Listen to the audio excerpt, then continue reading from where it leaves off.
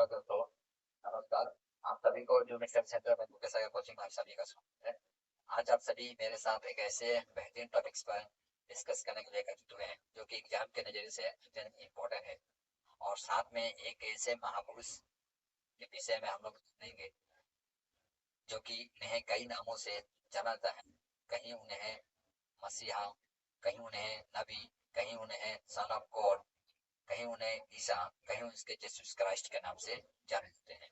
जिस तरह से देखिए बौद्ध धर्म में जिस तरह से गौतम बुद्ध और जातक का जो महत्व है, उस तरह से इस्लाम धर्म में जिस तरह से हजरत मोहम्मद और कुरान का जो महत्व है, उस तरह से सिख धर्म में जिस तरह गुरु नानक और गुरु ग्रंथ साहिब का जो महत्व है, उसी तरह से आप जैन धर्म में जिस तरह से महावीर का महत्व है, उसी तरह से इस्लाम आपका ईसाई धर्म में आपका ईसा मसीह और बाइबल का अत्यंत महत्व है।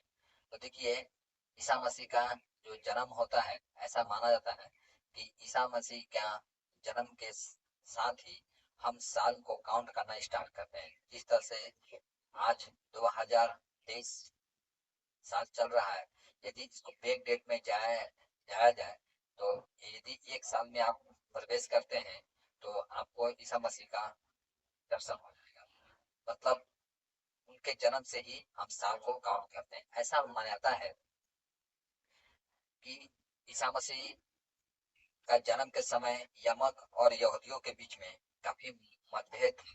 और यमन जो शासक थे, वो यहूदियों के ऊपर में शासन करते थे। और यहूदियों में कुछ कुछ क्रूर यहूदी थे जो कि अपने आप को समाज का ठेकेदार समझते थे और अपने द्वारा बनाए नीतियों को ही यहूदियों को मानने के लिए बाध्य करते थे। तो ऐसे समय में एक मसीहा आता है जो कि उनकी माता का नाम था मेरी और पिता का नाम था जोसेफ। तो ऐसा माना जाता है कि उन दिनों में यहूदियों के बीच में ही एक यूहन्ना बोल के एक महापुरुष थे। यूहन्ना नाम सबको भी याद रखिएगा आप। यूहन्ना एक महापुरुष थे जो कि बहुत पहले से ही एक भविष्यवाणी कर चुके थे कि उनके पश्चात कोई ऐसा ईश्वर का दूत आएगा जो समाज में चल रहे मतभेद, घृणा, हिंसा जैसे तत्वों को समाप्त कर देगा। तो होता भी कुछ उसी तरह का है। ईसा मसीह का जब जन्म होता है, देखिए इनकी जो माता और पिता जो थे वो यरूशलेम जा रहे थे, ठीक है। लेकिन रास्ते में ही एक बेथलेहम बोल के एक जगह होता है, बेथलेहम, जो कि वर्तमान में फिलिस्तीन में है। इस जगह पर एक गुफा होता है। उसी गुफा में ईसा मसीह की माँ यानी मेरी ईसा मसीह को जन्म देती है।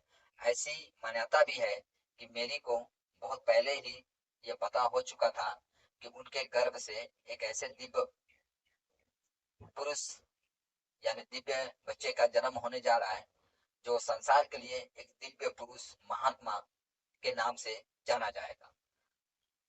तो देखिए, ऐसी मान्यता है कि उन दिनों में जो समाज में जो था अत्यंत घृणा का भाव चल रहा था, हिंसा का भाव चल रहा था। तो ऐसे समय में जो आपका ईसा मसीह का जो जन्म होता है, तो वो अपने प्रवचनों के द्वारा, अपने व्यवहार के माध्यम से, अपने करिश्मा नीतियों के माध्यम से समाज में फैल रहे हिंसा और जाति भेद, ऊंच नीच का जो भेदभाव था चल रहा था, ऐसे भेदभावों को समाप्त करने में अपने तरफ से हर संभव प्रयास करते हैं। ऐसी मान्यता है कि उन समय में जो यूहन्ना बोल के एक महापुरुष हुआ करते थे, वो ऑलरेडी पहले से ही बता चुके थे कि इस धरा पर, इस क्षेत्र में एक ऐसे दिव्य पुरुष आने वाला है जो समाज में फैल रहे हर तरह का मतभेद को समाप्त कर देगा। तो ऐसी मान्यता है कि ईसा मसीह का जब जन्म होता है तो कुछ वो अपने दिव्य करिश्मा को दिखाते हैं, जिससे उनकी चाहने वालों की जो संख्या होती है दिन प्रतिदिन बढ़ जाती है। जैसे कि मैं बता देना चाहूंगा, एक व्यक्ति होता है जो कि पूरी तरह से अंधा होता है, देख नहीं पाता है। जब ईसा मसीह का सम्मुख आता है तो ईसा मसीह उसे बोलते हैं, उसे उसके आंखों पर एक मिट्टी का लेप लगाते हैं और बोलते हैं कि तुम इसे धो लो। लेप लगाने का पश्चात है और वो व्यक्ति देखने लगता है। कहीं ना कहीं ये जो घटना है समाज में फैल जाती है और लोग इन्हें एक महात्मा का दर्जा दे देते हैं। उस तरह से एक कुंड होता है जहाँ कुंड में ऐसी मान्यता है, कुंड में नहाने मात्र से ही सारा बीमारी ठीक हो जाता था। तो वहां पर एक व्यक्ति था जो कि कुष्ठ रोग से पीड़ित था, चल नहीं पा रहा था, सक्षम नहीं था चलने में। तो ऐसे समय में ईसा मसीह के सम्मुख जाते हैं, बोलते हैं तुम इतने दिनों से यहाँ क्यों पड़े हो। तो व्यक्ति अपने वेदना को प्रकट करते हुए कहता है कि मैं काफी दिन से सोचता हूँ कि मैं इस कुंड में जाकर नहा लूं, जिससे मेरा रोग ठीक हो जाए, मैं निरोग हो जाऊं। लेकिन मेरे जाने से पहले ही इस कुंड में बहुत सारे लोग पहुंच जाते हैं और मुझे कोई हेल्प भी नहीं करता है चलने में, ताकि मैं चल सकूं उनके सहारे। ईसा मसीह उनको कहते हैं कि तू खड़े हो अपने पाँव पर, और बोलने मात्र से ही वो पूरा अपने रोग से ठीक हो जाता है। ये जो घटना है, एक घटना भी समाज में फैलता है और लोग उनको कहीं ना कहीं लोग उन्हें महात्मा का दर्जा दे देते हैं। और इस तरह से एक लेडी होती है जो माने इस तरह से समाज में का बहुत तरह का करिश्मा फैला हुआ है, जिससे जिसके कारण लोग उन्हें महात्मा या महापुरुष का दर्जा देते हैं। ऐसी बहुत सारी घटनाएं हैं। तो ये सब घटनाएं जो है आपके एग्जाम के नजर से इम्पोर्टेंट नहीं है, लेकिन महापुरुष के विषय में बता रहा हूँ, इसलिए आपको बता भी देता हूँ ताकि उनके बारे में कुछ आप ज्ञान अर्जित कर सके। एक औरत भी होती है जो कि कुछ गलत काम करते हुए पकड़ी जाती है। यहूदी लोग उनको पकड़कर लेकर आपको ईसा मसीह के सम्मुख पेश करते हैं। सभी लोग का मान्यता है कि उस औरत को पत्थर से मार मार कर समाप्त कर दिया जाए। तो ईसा मसीह सर्वप्रथम यही बोलते हैं, जो आज तक पाप ना किया हो सर्वप्रथम वही पत्थर पहले मारेगा। इस तरह से देखिए, कोई भी व्यक्ति उस औरत की ओर पत्थर नहीं मारता है, सारे पत्थर फेंक कर चले जाते हैं। तो कहीं ना कहीं समाज में उन्होंने प्रत्यक्ष रूप से बताते हैं कि हम सभी थोड़े बहुत दोषी हैं, कोई ज्यादा तो कोई कम। ठीक है, इस हिसाब से देखा जाए तो ईसा मसीह जो इन दोनों उन दिनों में जो समाज में भेदभाव, हिंसा, नफरत जैसे भावनाओं की आंधी चल रही थी, उन सारे आंधियों को अपने प्रवचन, अपने ज्ञान के माध्यम से समाप्त कर देते हैं। और एक बार ऐसी भी घटना घटित होती है जब उनके मित्र मंडली जो थे, उनके मित्र मंडली या उनके शिष्य कह लीजिए, उनके जो शिष्य थे 12 थे। तो एक बार समुद्र में यात्रा कर रहे थे, उसी समय में तूफान आता है और काफी भयभीत हो जाते हैं सारे लोग।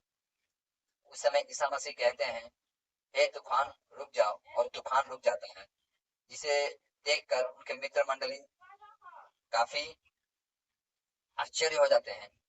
और इन सब घटनाओं को देखकर या उनकी चर्चाओं को सुनकर यहूदियों में यहूदियों की संख्या उनकी चाहने वालों में बढ़ जाती है।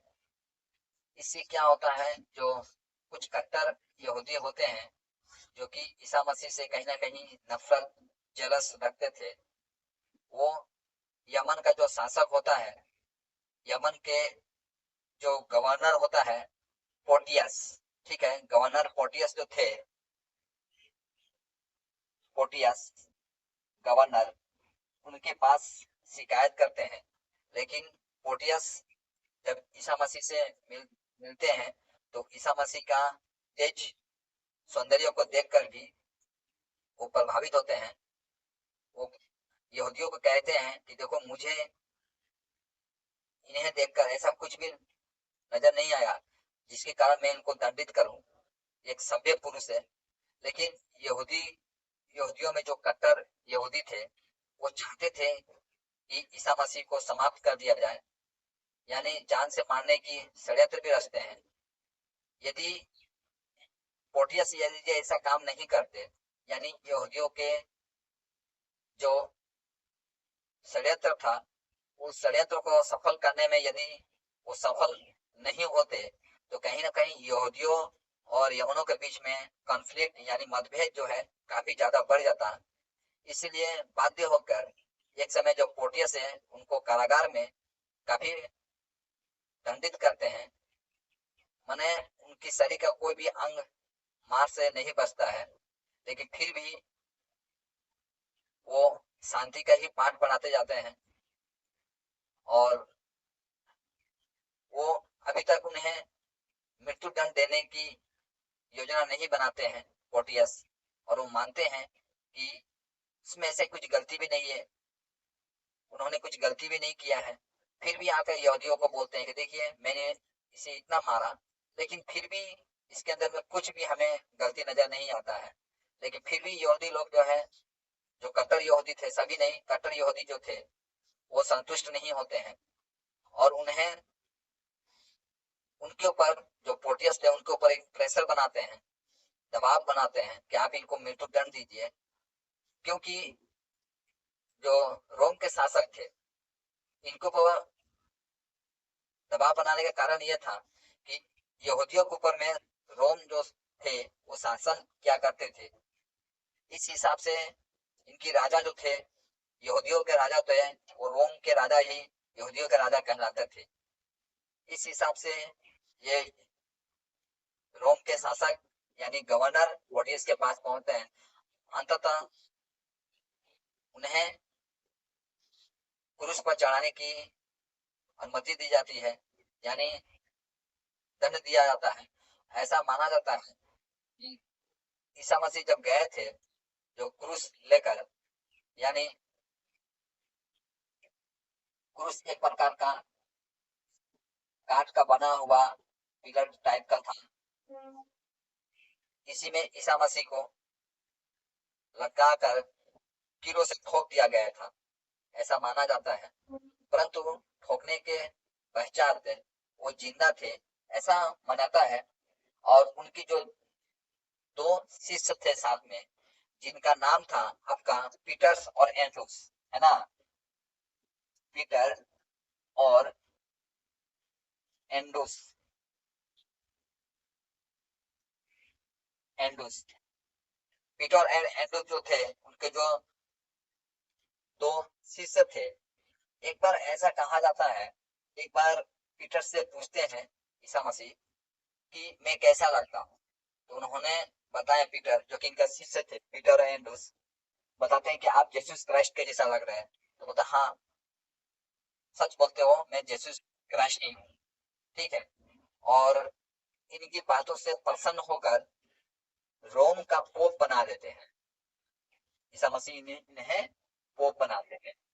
पोप क्या होता है, देखिए ईसाइयों का एक धर्म गुरु होते हैं, ठीक है, जो कि पूरे विश्व में ईसाई धर्म का संचालन करते हैं, प्रसारण करते हैं, ठीक है। एक हिसाब से पूरे विश्व का वो गुरु होते हैं ईसाई धर्म का, जिन्हें पोप के नाम से जाना जाता है। जिस तरह से अन्य धर्म में पंडित होते हैं, हमारे हिंदू धर्म में पंडित होते हैं, उस तरह से ये इन्हें पोप के नाम से जाना जाता है। तो पीटर को पोप बना देते हैं। और ऐसी मान्यता है कि ईसा मसीह का जो जन्म हुआ था वो आपका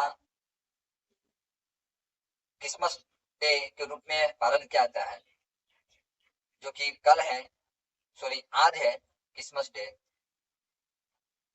और इनको मृत्यु जो हुआ था फ्राइडे के दिन हुआ था, इसलिए जो ईसाई धर्म के अनुयायी हैं वो चर्च में शुक्रवार के दिन जाकर प्रेयर करते हैं, और उस दिन को गुड फ्राइडे के नाम से जाना जाता है, ठीक है। ऐसी मान्यता है कि ईसा मसीह का जब देहांत हो गया था, तो उस देहांत के समय में भी उन्होंने किसी को दोषी नहीं ठहराया था, बल्कि ईश्वर से ये प्रार्थना किए थे, हे ईश्वर, मेरे जो शिष्य हैं, मेरे अनुयायी जो है, आप इनके सारे जो कर्मों का सजा जो है, इन्हें ना दीजिए, बल्कि इन्हें माफ कर दीजिए।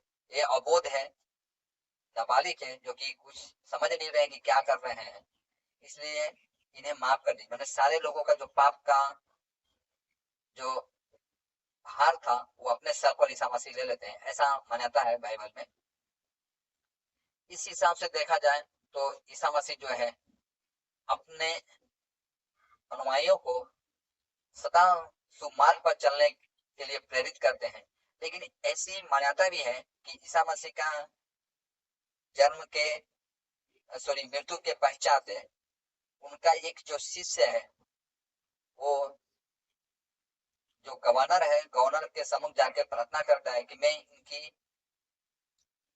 बॉडी को अपने विधि के तहत दफनाना चाहता हूँ, और परमिशन उनको मिल जाता है। जो गवर्नर पोर्टियस थे परमिशन देते हैं, और उनको बॉडी को ले जाकर एक गुफा में दफनाया जाता है, और गुफा का जो मुख होता है उस पर एक बड़े से सील यानी पत्थर रखकर ढक दिया जाता, ताकि कोई आम मानव आसानी से प्रवेश ना कर सके। लेकिन उसी में एक लेडीज होती है, जो कि जिनका नाम होता है मरियम मगदली, ठीक है, मरियम मगदली एक लेडीज होती है, जो कि ईसा मसीह का काफी नजदीक होती है। तो वो जब पहुंचती है तो जाके देखती है गुफा का द्वार खुला है, और ईसा मसीह का बॉडी वहां पर नहीं है, तो अत्यंत दुखी होती है और रोने लगती है। जाके अपने मित्र मंडलियों को, भाई बहनों को, सबको बताती है कि जीसस क्राइस्ट जहां हम लोग रखे थे वहां नहीं है, वो शायद रोम के शासक जो है उनको पुनः लेकर चले गए। तो उसी समय में ईसा मसीह वहां पर सामने प्रकट हो जाते हैं और बोलते हैं, हे मरियम, तुम क्यों रो रही हो, मैं तुम्हारे सामने हूँ। जिसे देखकर वो अत्यंत प्रसन्न हो जाती है। ऐसी बाइबल में मान्यता है। देखिए कितना सच है, कितना गलत है, मैं इस पर कुछ नहीं कहना चाहूंगा। मैं जो भी आपको बता रहा हूँ, ये आपका इंटरनेट के माध्यम से या पुस्तक में जो प्राप्त हुआ है, इन तथ्यों के आधार पर मैं आपको बता रहा हूँ। विश्वास करना, ना विश्वास करना, वो आपके ऊपर में है। और गॉड जो है एक आम मानव से श्रेष्ठ होते हैं। जो मसीहा होते हैं, ईश्वर होते हैं, आम मानव वो काम नहीं कर सकता है जो कि गॉड या ईश्वर का दूत काम कर सकता है। तो कहीं ना कहीं ईसा मसीह एक ईश्वर का दूत ही थे। तो इस हिसाब से देखिए, जो उनका जो धर्म के अनुयायी है, यानी ईसाई धर्म के जो अनुयायी है, वो कम नहीं है। आज भारत में भी देखा जाए तो जैसे कि जानते हैं, भारत जो है अनेकताओं में एकता है। यानी हमारे देश जो है विभिन्न संस्कृति, विभिन्न भाषा भाषी जनगोष्ठी के लोग रहते हैं, फिर भी हम लोग अनेकता में एकता है। हमारी जो सबकी आत्मा जो है वो भारत में ही विराजमान है, रहती है, बसती है। उस हिसाब से देखिए, भारत में देखिए हिंदुओं की जो संख्या जो देखा जाए तो 79.8% है। वहीं इस्लाम का देखा जाए तो 40.2 है, जो कि 2 नंबर में आता है। आपका ईसाई में देखा जाए तो 2.3 है, और सिख में देखा जाए 1.3% है, और बौद्ध में देखा जाए 0.4% है। ठीक है, तो यहाँ से आपका कॉपरेटिव लेवल में प्रश्न पूछा जाता है कि बौद्ध धर्म या जैन धर्म या सिख धर्म का कितना परसेंट लोग भारत में रहते हैं। तो ईसाई जो है 2.3% में है। मैं फिर से बताता हूँ, हिंदू जो है 79.8%, इस्लाम जो है 40.2% है, आपका सिख जो है 1.3%, और बौद्ध धर्म जो है 0.4% है। और विश्व में यदि देखा जाए तो 2.6 बिलियन बिलियन जो है आपका ईसाई धर्म के अनुयायी हैं। इस हिसाब से देखा जाए तो ईसाई धर्म के जो अनुयायी हैं वो काफी बड़ी संख्या में है। ऐसा नहीं कह सकते कि उनकी संख्या कम है। तो इस हिसाब से ऐसा मान्यता भी है कि देखिए, जब ईसा मसीह जो थे, जो कि अपना जन्म का लगभग 30 साल एक बड़े ही के रूप में काम किए थे उन्होंने, और अपने समय के दौरान उन्होंने जो जो करिश्मा दिखाए थे, तो कहीं ना कहीं जो यहूदी या यमन वासी थे, ये मान चुके थे कि ईसा मसीह कोई सामान्य इंसान नहीं है, वो कहीं ना कहीं अन्य इंसानों के तुलना में वो श्रेष्ठ है। तो परीक्षा में अब आपका प्रश्न आता है कि कॉम्परेटिव लेवल का जो एग्जाम देने जाएंगे आप, कहाँ कहाँ से इनको प्रश्न हो। देखिए, पहला प्रश्न हमको उठता है कि ईसा मसीह धर्म में या ईसाई धर्म में, ईसा मसीह सॉरी में बोलते हैं, ईसाई धर्म में पवित्र चिन्ह क्या होता है? तो क्रॉस है ना, ये क्रॉस देखते हैं, जो ये क्रॉस जो है इनका पवित्र चिन्ह है ईसाइयों। ठीक है, कहीं आप देखते होंगे कब्र पर या गलों में लॉकेट के रूप में ईसाई जो धर्म के अनुयायी होते हैं उसे पहनते हैं, तो क्रॉस इनका पवित्र चिन्ह है। गुड फ्राइडे जो मनाया जाता है वो किससे संबंध रखता है? तो ईसा मसीह का मृत्यु से संबंध, उन्हें शुक्रवार के दिन ही ईसा मसीह का देहांत हुआ था। और 25 दिसंबर यानी बड़ा दिन किससे संबंध रखता है? तो ईसा मसीह का जन्म से संबंध रखता है। ईसा मसीह का जन्म कहाँ हुआ था? बेथलेहम में हुआ था। ठीक है, बेथलेहम में हुआ था। ठीक है, ईसा मसीह का जन्म जो है बेथलेहम में हुआ था, जो कि वर्तमान में कहाँ है? फिलिस्तीन यानी फिलिस्तीन आपको बोलते हैं। ठीक है, तो इस हिसाब से मैं आपको ईसा मसीह के बारे में बताने का या संक्षेप में उनके विषय में कुछ तथ्यों को रखने का प्रयास किया हूँ। ठीक है, तो मैं आशा करता हूँ कि आपको जो तथ्य रखा ये आपको पसंद आई होगी। ज्यादा तो ईसा मसीह के बारे में नहीं बोलना चाहूंगा, क्योंकि मैं कॉम्पिटिटिव लेवल का तैयारी करा रहा हूँ, तो जाहिर सी बात है ज्यादा कुछ बोलता हूँ तो आपको धर्म की तरफ आप चले जाएंगे, क्योंकि मैं बेसिक नॉलेज आपको दिया। अच्छा, इसमें साथ में और एक लाइन में छोड़ रहा हूँ जो कि मैं आपको बता देना चाहता हूँ कि ईसाई धर्म के जो अनुयायी जो थे, मानने वाले लोग थे, उनके 3 रत्न थे, यानी 3 विचार थे। उनकी मानना था कि ईश्वर गॉड है, तो ईश्वर पिता है, पिता बोलिए या गॉड बोलिए। ठीक है, ईश्वर पुत्र है, तो ईश्वर एक पवित्र आत्मा भी है। ठीक है, ऐसा माना जाता है ईसाई धर्म में। ठीक है, तो आज का क्लास मैं यहीं पर समाप्त करता हूँ।